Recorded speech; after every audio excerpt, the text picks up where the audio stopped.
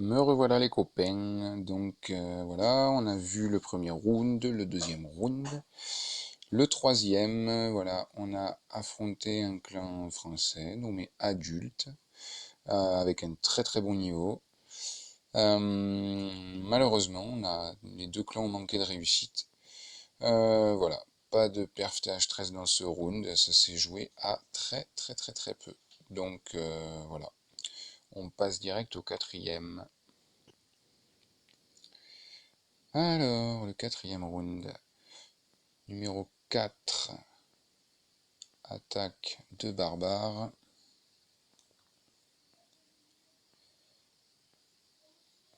Qui nous fait une attaque Yeti avec un PK et avec des battes. Donc il démarre par un AQH à 6 heures.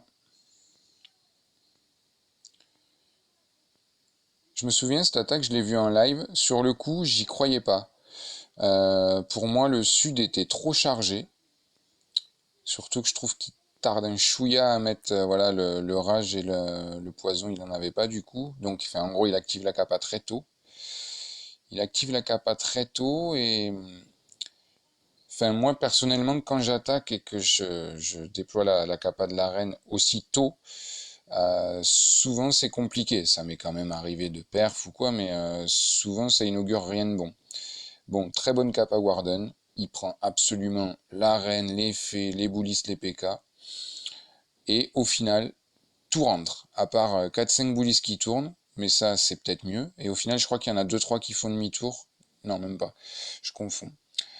Voilà, le bélier va jusqu'à l'HDV, chose que j'aurais pas parié du tout au début. Tombe l'HDV, et au final, capa de la championne, la catapulte tombe, et au final, les deux TDS sont occupés par les boulistes et d'autres trucs, donc les Batman sont tranquilles. Et au final, il est large, large, large. Voilà, il n'y a plus aucune TDS. La seule défense, c'est la TDE. Bon, il la gèle pour passer ses gels, je pense, mais on sait tous qu'une TDE mono, les Batman, ils en ont rien à carrer. Voilà, donc après, à la fin, il passe ses gels, mais honnêtement, il aurait pu en troller au moins deux, je pense. Facile. Donc ça passe très très large, donc ça m'a vraiment, vraiment surpris. Je m'attendais pas du tout à ça. Voilà. GG à lui. Joli perf. Je mets en x4 pour la fin. Alors après, on va passer au numéro 6, il me semble.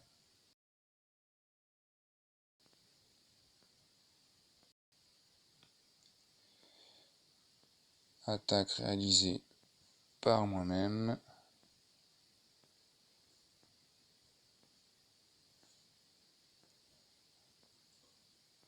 Ah oui, alors, je suis tombé 3 fois sur le même Vivi sur cette ligue. Les 3 fois je l'ai perf, donc je vais pas vous montrer celui-là. Parce que c'est pas celui-là qui est le plus maxé, je crois. Celui-là, il avait des remparts un peu light. Hop, on va regarder. Non, je me suis bourré, j'ai cliqué à côté.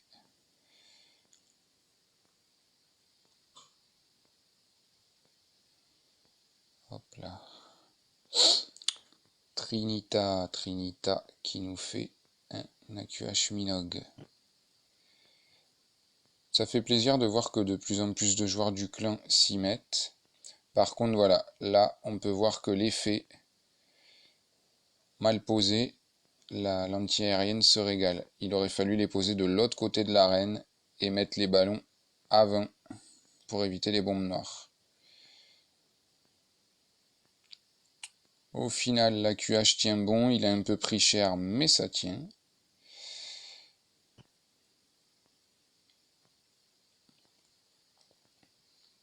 Là, on s'est tous dit l'AQH va tourner, mais au final, il re-rentre. Voilà, rage pour soutenir la reine face à l'HDV. Kappa activé. Tornado déminé.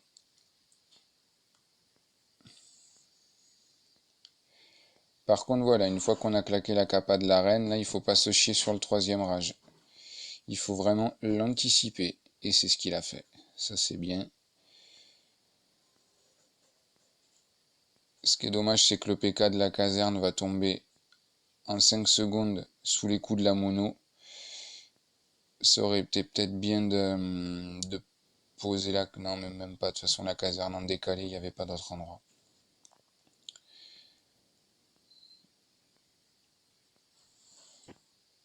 Pas très optimal la caserne, enfin du moins pour le PK et les 10 sorciers. Ils n'ont pas joué un rôle hyper important.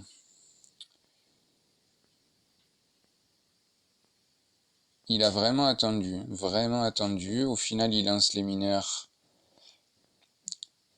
les cochons et le warden. La championne à 3 heures avec un bébé drag.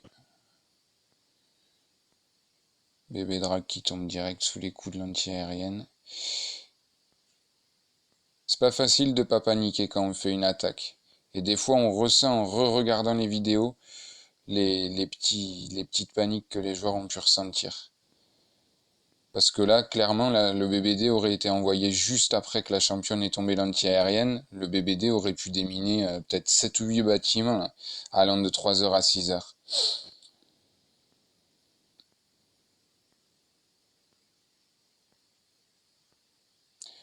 Et au final, ça passe plutôt large. Voilà, GG à lui, GG d'avoir osé, parce que voilà, je sais que c'est pas évident, c'est une compo qui peut se finir en désastre, la QH Minogue. Du coup, bien joué à lui. Voilà, voilou, donc voilà, ce round aussi, gagné plutôt large. Les premiers c'était assez light, enfin les deux premiers et le quatrième assez light. On peut passer au cinquième round. Alors là on a qu'un seul perf sur le 4, voilà c'est moi-même, donc c'était la deuxième fois que j'attaquais ce village, sauf que là il était full max. Voilà, je l'avais eu au round d'avant avec quasiment toutes les défenses max, mais quelques TDE, quelques petits bâtiments qui étaient un peu plus light. Là, à part une TDA, deux TDA, deux ou trois TDA, quoi, il était full max. Donc, c'est parti.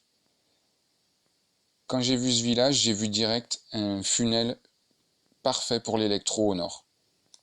Je me suis dit que avant que l'anti-aérienne l'atteigne, il avait le temps de déminer cette zone. À 3 heures, un AQH qui pouvait tomber à la fois la reine, le CDC, probablement un parc Tesla, je l'imaginais bien ici. J'ai pas posé mon poison tout de suite parce que je me rends compte qu'il y a que l'électro qui est face à la reine et une reine 70 elle tient face à l'électro. Et par contre, je le pose maintenant. Je me suis dit comme ça, il va toper la reine ennemie et le reste du CDC parce que je savais qu'il n'était pas sorti et le roi. Donc plus-value du poison énorme. Il prend 2 héros plus la fin du CDC.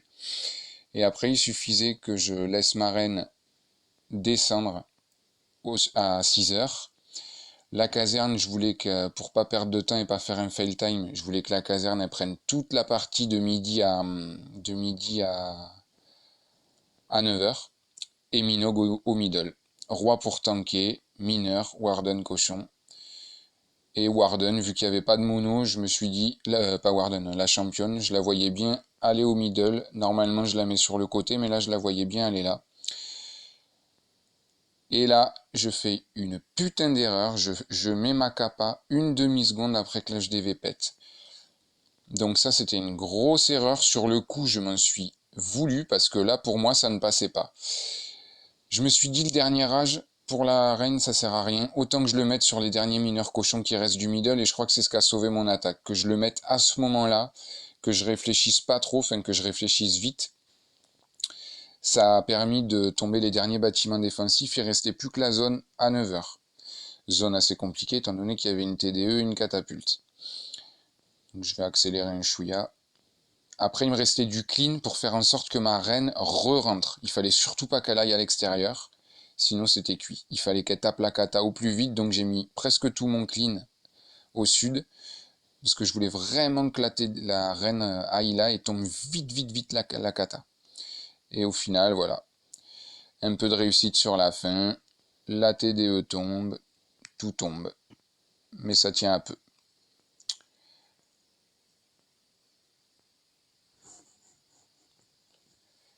Pas d'autres perf TH13 pour ce round. On passe au 6ème. Et pareil, il n'y a eu qu'un seul perf. Et bah voilà, c'est une attaque que j'ai fait aussi.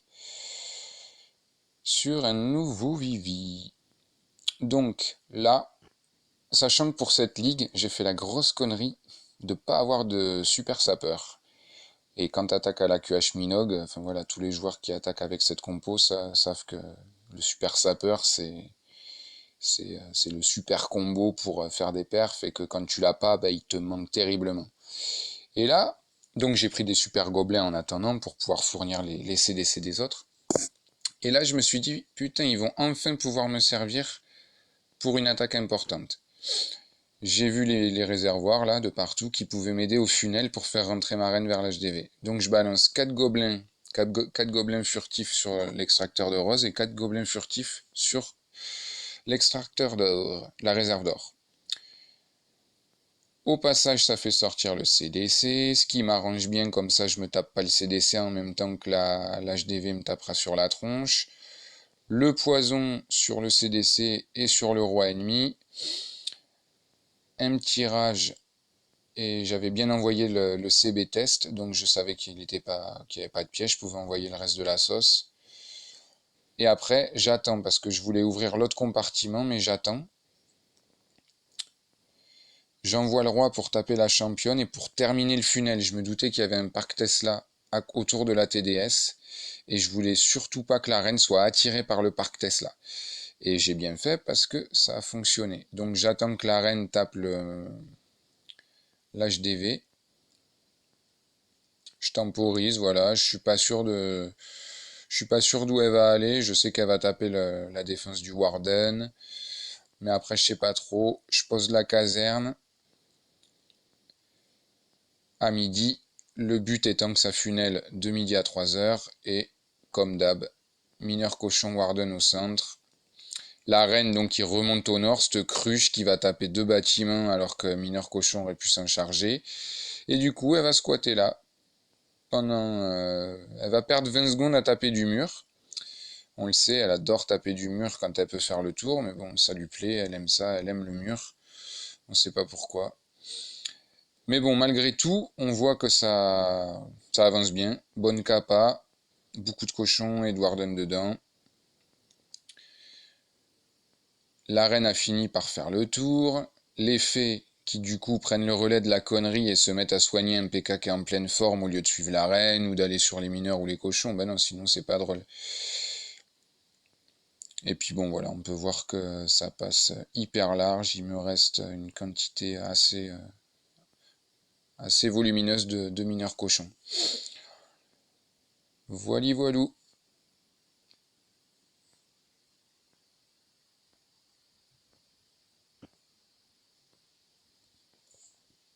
Round également gagné, 39 à 20.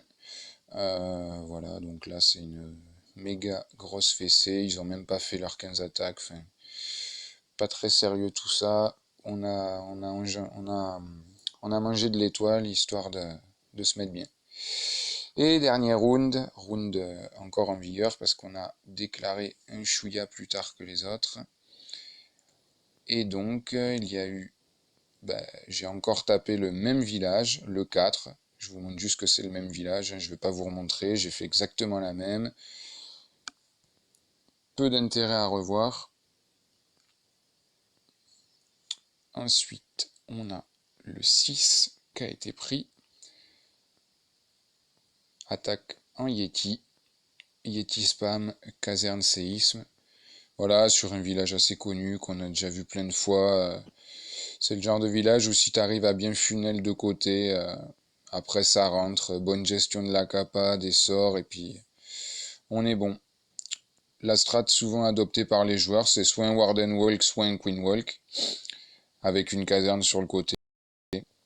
Certains joueurs font un Warden Walk avec un funnel électro. Ça dépend. Là, Il a opté pour la technique du Queen Walk à 6 heures, en voulant faire remonter la reine, la caserne qui funnel à 3 heures.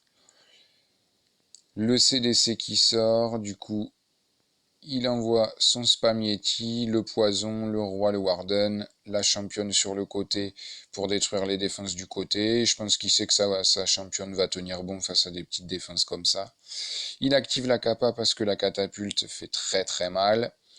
Donc du coup, en faisant ça, forcément, l'explosion de l'HDV va taper fort, mais les Yeti résistent assez bien. C'est pas comme les ballons, les mineurs, les cochons qui vont... Enfin, quoique les mineurs et les cochons, des fois, ils arrivent à s'enfuir vite, mais les Yeti tiennent bien, même s'ils sont en plein milieu. C'est pas comme les ballons qui, t'as beau avoir 9 ballons full life, explosion de l'HDV, il n'y a plus personne en 2 secondes. Voilà, donc il a pris le plus gros, il y aurait suffisamment de Yeti, charger un Yeti mid pour bouffer les derniers bâtiments défensifs. Et on se dirige donc vers Imperfect. GG à lui, on peut voir qu'il finit avec plein de troupes.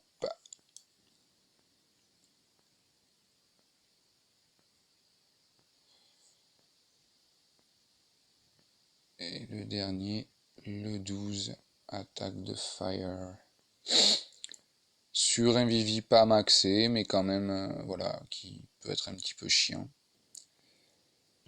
Donc il va démarrer avec un AQH plein sud.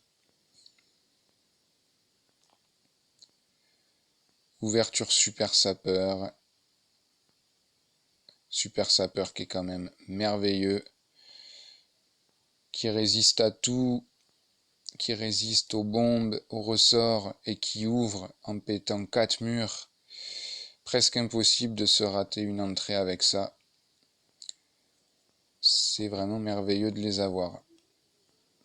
Donc on peut voir que le funnel se passe bien, sa reine rentre exactement là où il le souhaitait, je pense, il peut tomber la TDE multi, il voit qu'il est à l'aise, reine full life, il se dit tranquille, je balance mon électro pour funnel à 3 heures. Voilà, ça se passe bien, il a la chance de pas tomber sur une mine noire. Moi, de toute façon, les mines noires ça m'inquiète trop, maintenant je mets toujours un ballon devant un électro ou un BBD ou devant la QH, j'en utilise souvent 3 voire 4 des fois. Là, il a eu du bol, il n'y avait aucun ballon. D'ailleurs, l'électro a une plus-value comme la QH, quoi. On est à 36% avec juste une reine et un électro. Donc le but, c'était que tout ça dézingue le sud, sans s'occuper du CDC ni de l'HDV. Je pense que c'était pas le projet de la QH. Et après, grosse sauce, Ice Sorcière Bouliste,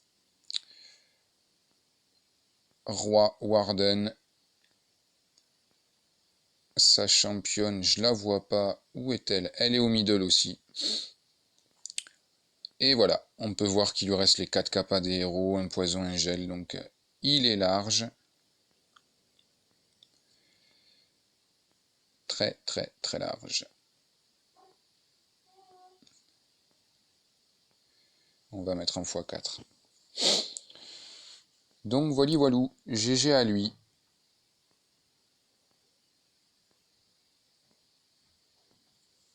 Donc on peut voir qu'il nous reste une attaque à faire. Mais on sait déjà, et on en est bien content, qu'on va pouvoir monter en maître 2. Chose qui nous avait été impossible à la dernière ligue. On était tombé sur un clan qui était incroyable. On se demandait qu'est-ce qu'ils foutaient en maître 3. Ils étaient très impressionnants. Ils avaient perf énormément de TH13 quand on était tombé contre eux. Enfin, ils étaient vraiment extrêmement balèzes.